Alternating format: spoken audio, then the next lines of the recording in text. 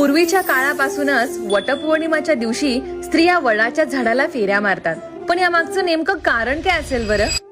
तर सत्यवानाचं आयुष्य हे केवळ 1 वर्षाचं आहे असं नारद मुनींनी सावित्रीला सांगून सुद्धा तिने सत्यवानाशीच विवाह केला.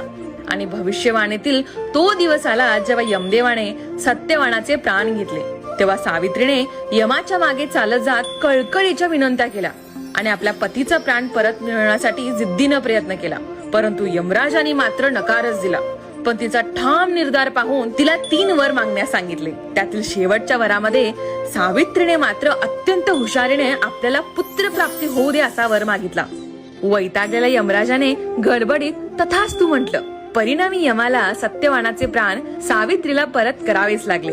आणि ही सर्व कथा एका वटवृक्षाखाली घडली.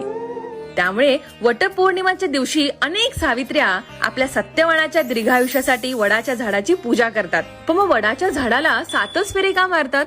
त्या वटराजाला सुहासिनी 7 जन्माचं बंधन घालतात आणि 7 जन्म हाच पती लाभू देच असा आशीर्वाद मागतात. तर वटपौर्णिमाला सौभाग्याचा सण असंही म्हणतात.